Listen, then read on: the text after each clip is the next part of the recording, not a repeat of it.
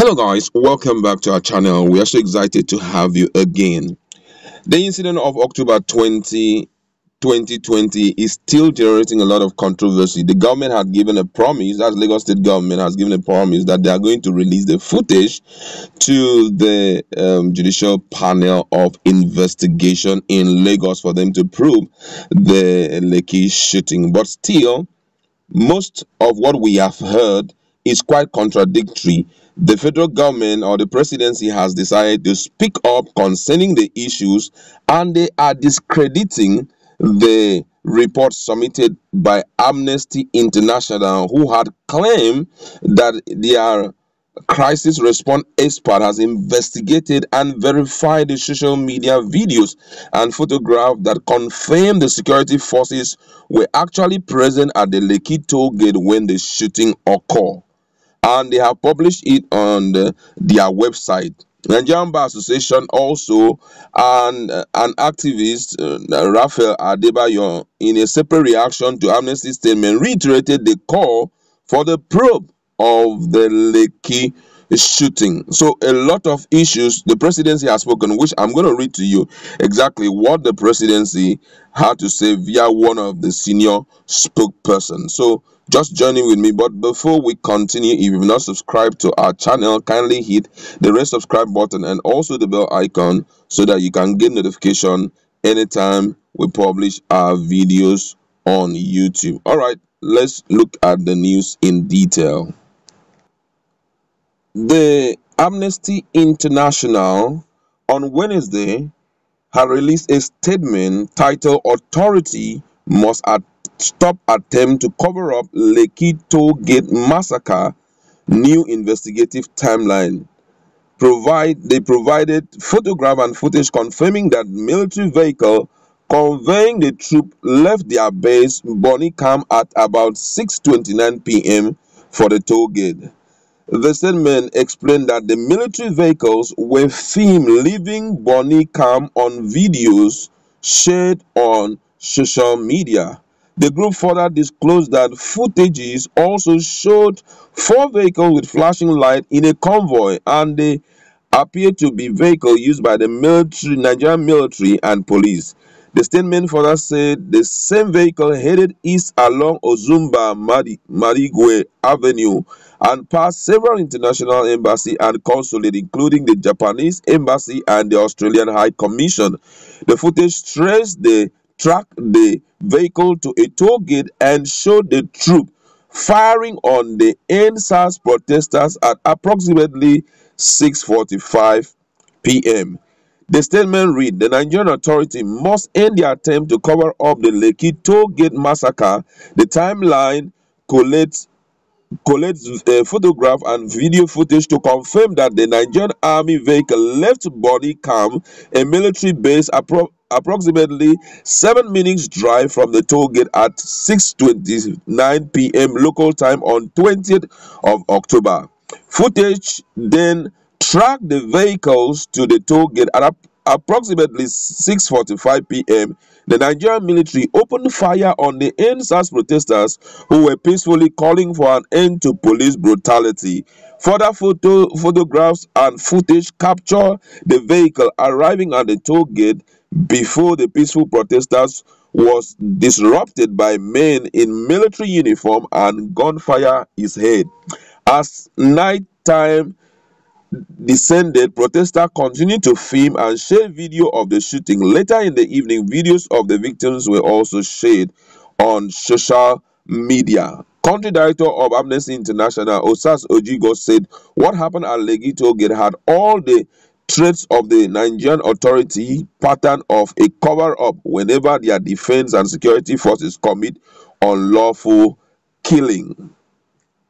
She demanded the identity of the official who gave orders for use of the lethal force on the peaceful protesters, wondering why the security cameras at the plaza were dismantled. Ojigo noted 1 week on, the Nigerian authorities still have many questions to answer. Who ordered use of lethal force on peaceful protesters? Why were the CCTV cameras on the scene dismantled in advance?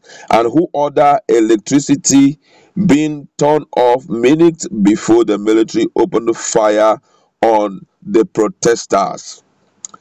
The NBA, on its part, reiterated its call for the federal government to thoroughly probe the incident of the shooting of peaceful NSAS protesters by soldiers at the Lekki Tollgate Plaza on October 2020. It also said government should stop denying the incident and admit its mistake. The NBA had at its National Executive Committee meeting held 2 days after the incident, demanded an investigation reveal reveal the identity of the persons who gave the order for the attack, the soldiers who carried out the shooting, as well as the slain and missing victims of the attack.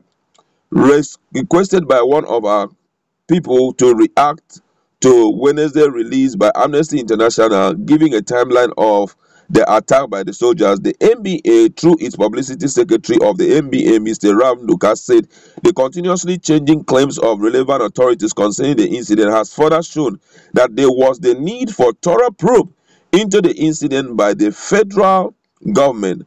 Nduka said there is no doubt that something happened there that night. You can see the denials and some admission. Army initially said there was no soldier at the scene of the shooting, but later said they were called to intervene by the governor of Lagos State. The governor himself had earlier denied knowing anything about it. This is why it was part of our position at our last NEC meeting that the federal government should thoroughly investigate the incident. The federal government must investigate the incident for there to be a way forward.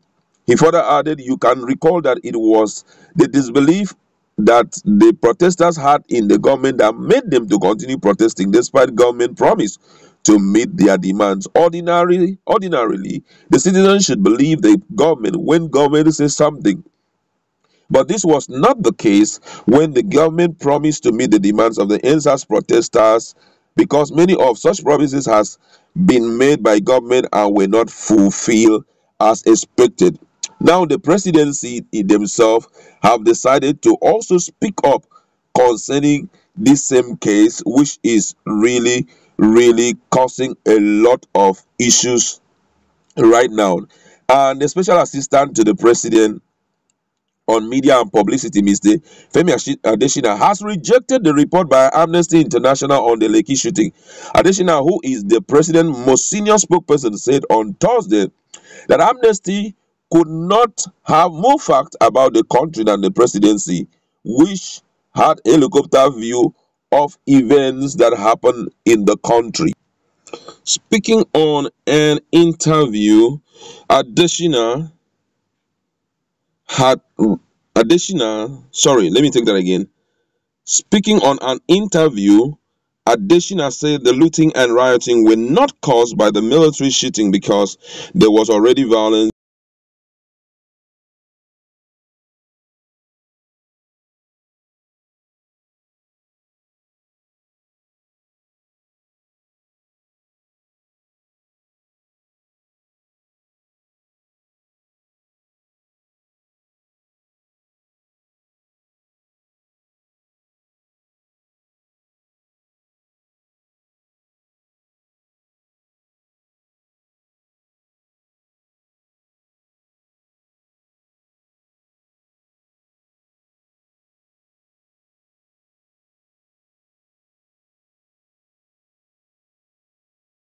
Responding to questions on the Lekki shooting, he said, you are not quite correct. You are falling for the narrative of Amnesty International.